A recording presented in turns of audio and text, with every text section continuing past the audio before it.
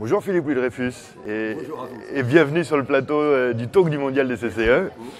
Vous êtes le président du conseil de surveillance de Louis Dreyfus Armateur, vous êtes aussi vous-même CCE. Hier, en vous écoutant dans votre allocution ici au Mondial, vous avez beaucoup parlé de l'Indonésie et à un degré moindre de l'ASEAN. Je voudrais savoir pourquoi. Je donnerai deux raisons principales. La première, c'est que nous sommes en Indonésie, aujourd'hui à Bali.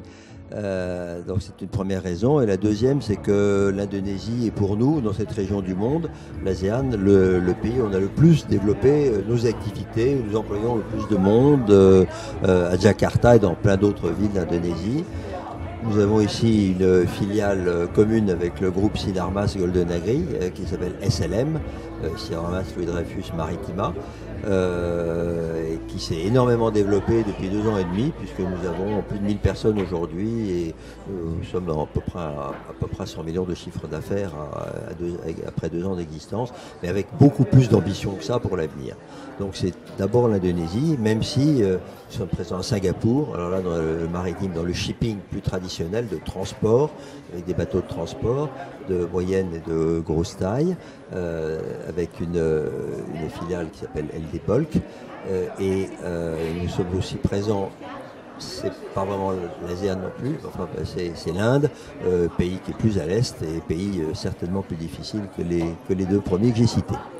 Alors dans votre carrière, vous avez commencé dans le groupe familial, vous l'avez ensuite quitté, puis vous y êtes revenu en 1996 dans le giron familial, et depuis vous avez à plusieurs reprises diversifié les activités de LDA avec un grand succès, permettant ainsi de consolider votre activité maritime.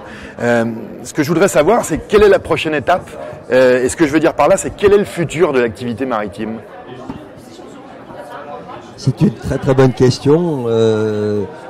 Merci de l'avoir posée. J'aimerais même que vous me donniez la réponse vous-même, ça serait sympa. Mais le shipping tel que je l'ai connu, quand je suis arrivé il y a 20 ans dans mon groupe de famille, après 16 ans passés dans la banque, à l'extérieur de mes affaires familiales, je suis donc revenu en 1987 dans cette vieille maison qui avait à l'époque 155 ans d'existence, c'est-à-dire 170 et quelques maintenant, pour m'occuper du maritime, que j'ai racheté d'ailleurs directement moi-même depuis. À l'époque, on ne faisait que du transport de vrac, c'est-à-dire de charbon, de minerais, de céréales, de phosphate, ce genre de choses. C'est un marché extrêmement passionnant, mais extrêmement volatile. Et j'ai trouvé que c'était pas raisonnable pour une boîte de grosse taille moyenne, si je veux dire familiale, d'avoir une grande partie de notre activité si dépendante de marchés très très cycliques et très volatiles. Alors j'ai introduit pas mal de diversification. Aujourd'hui, nous sommes très présents toujours dans le transport. Je parlais de Singapour et d'autres zones avec des gros bateaux de 200 000 tonnes, de 300 mètres de long par exemple, ou des bateaux plus petits. Mais le transport pur de vrac ne représente plus, grosso modo, selon les prix du marché au niveau des frettes, que 25 à 30% peut-être de notre activité. J'ai développé la boîte dans 2 ou 3 directions principales. Tout d'abord, la logistique maritime, portuaire. Nous implantons des ports légers plutôt que des ports en béton dans les régions qui n'ont pas d'infrastructure portuaire. C'est pour ça que nous avons tellement réussi en Indonésie. Nous avons lancé une activité avec des grues flottantes, des ports flottants dans ce pays qui a besoin d'exporter ou pour certaines îles d'importer. Et nous créons des ports de ce type. Donc c'est la logistique portuaire. Nous le faisons en Inde, nous l'avons fait en Argentine, au Brésil. Et ça a marché très bien. Une deuxième diversification, c'est les navires high-tech, les navires à valeur ajoutée, c'est-à-dire le navire qui pose des câbles et les entretiennent, les navires de recherche sismique, les navires, aujourd'hui on se développe beaucoup dans ce qui touche à l'éolien offshore, non pas pour investir dans l'éolien nous-mêmes, mais pour assurer la logistique de l'éolien, c'est-à-dire poser les éoliennes ou les réparer, les maintenir en état, et des choses comme ça. Là il y a un énorme marché, nous avons construit des bateaux spécialisés, et nous avons déjà placé 2 auprès d'un grand client, l'électricité danois d'État qui s'appelle le groupe Don. Je suis très fier d'avoir gagné ce contrat-là. Et ça, c'est sur les 3 diversifications depuis le transport. On a donc eu la logistique, Ensuite, les navires high-tech, Airbus, Cabillet, Sismic. Oui, je n'ai pas précisé pour Airbus, nous faisons le transport de tous les avions d'Airbus, des pièces pour l'avion qui doivent être assemblées à Toulouse. Et puis la dernière diversification, c'est tout ce qui touche à l'offshore, à l'éolien, aux énergies marines renouvelables. Alors vous êtes impliqué dans la production d'un rapport sur l'économie maritime qui est préparé par un groupe d'experts CCE et le cluster maritime. Ce rapport doit bientôt paraître. Qu'est-ce qu'il nous apprendra sur l'économie maritime ? On a pensé, avec cet extraordinaire outil que sont les CCE, je suis à la fois conseiller commerce extérieur, j'étais 15 ans membre du conseil d'administration, et je m'occupe de l'ASEAN en particulier. Je suis aussi vice-président de MEDEF International, et membre fondateur du cluster. Et nous avons d'ailleurs un groupe un peu du même genre que j'ai constitué à MEDEF International, et on va sans doute les unir. Mais avec les conseillers du commerce extérieur et Marie-Noëlle Vinet qui est CCE, mais par ailleurs directrice du cluster maritime, nous avons décidé de créer ce groupe d'expertise et d'études, le maritime, le GEM, non prédestiné, pour faire mieux comprendre déjà au réseau des CCE l'importance de la mer, l'importance des activités maritimes. Je rappellerai que la Terre, c'est 3/4% d'eau et de mer, et que 92 à 13% de toutes les marchandises fabriquées dans le monde sont passées à un stade ou à un autre, un jour, par la mer. Ça, les gens ne le savent pas. Je veux dire, les gens utilisent le maritime comme Jourdain faisait de la prose, sans le savoir. Et c'est une façon de le faire savoir, de le faire connaître et de faire reconnaître, en particulier au niveau des individus, mais aussi des pouvoirs publics, l'importance de cette activité qu'est le maritime, direct, le transport, les activités en mer, mais aussi indirect, en amont, en aval. Ça représente beaucoup d'emplois, ça représente un gros chiffre d'affaires et surtout, ça représente un énorme potentiel d'avenir. Alors vous l'évoquiez, vous êtes vous-même CCE avec une implication régionale forte sur l'ASEAN. Comment évaluez-vous l'importance du réseau CCE ? Il reste méconnu du grand public, mais est-il efficace ? Il est peu connu, il est méconnu du grand public. Je dirais même qu'il est méconnu, ignoré, oublié quelquefois par les pouvoirs publics, quoique on dit certaines grandes déclarations.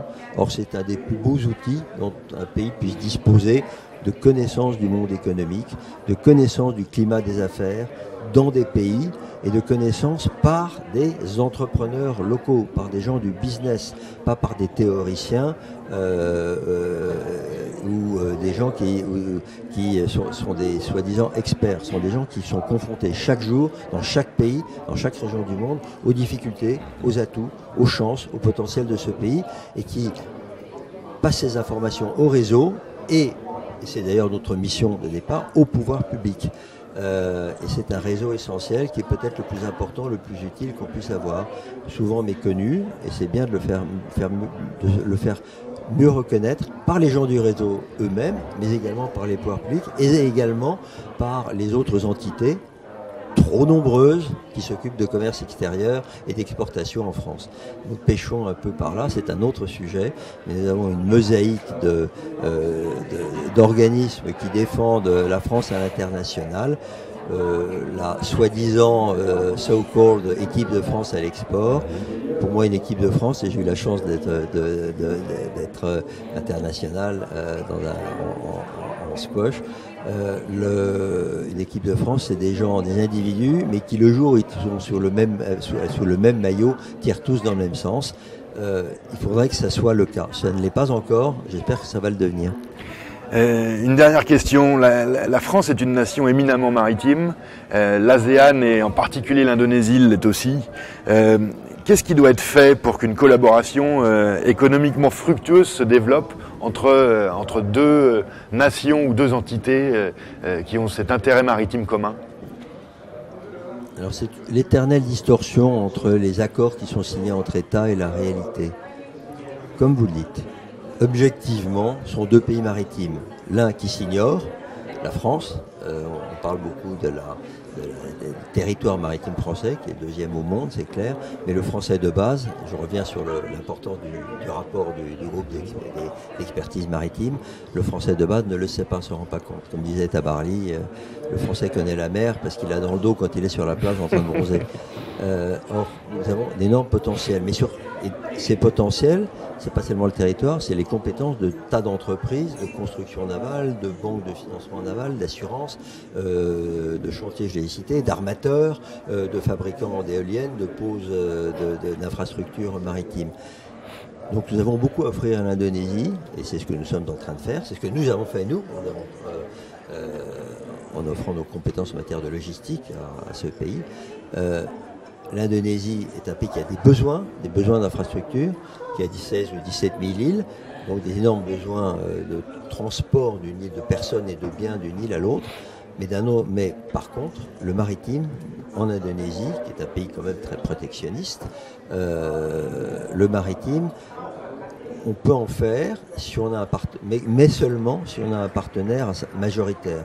Ça pose des problèmes à certains, ça nous a posé un peu au début sur le plan des principes. On a accepté de devenir minoritaire et bien nous en a pris parce que ça se passe très très bien. Mais il faut avoir un partenaire à la fois parce qu'il connaîtra le marché local, il connaîtra les portes à ouvrir dans les administrations, il sera intéressé aussi aux résultats, donc il poussera à trouver des contrats et puis il boomisera et il indemnisera la joint venture et c'est nécessaire puisque la negative list en Indonésie interdit aux étrangers de s'occuper de certains secteurs sauf à être minoritaires. Merci beaucoup. Il y a beaucoup à faire. Merci beaucoup. beaucoup. De m'avoir invité, c'est une très bonne question. Merci à vous. Merci.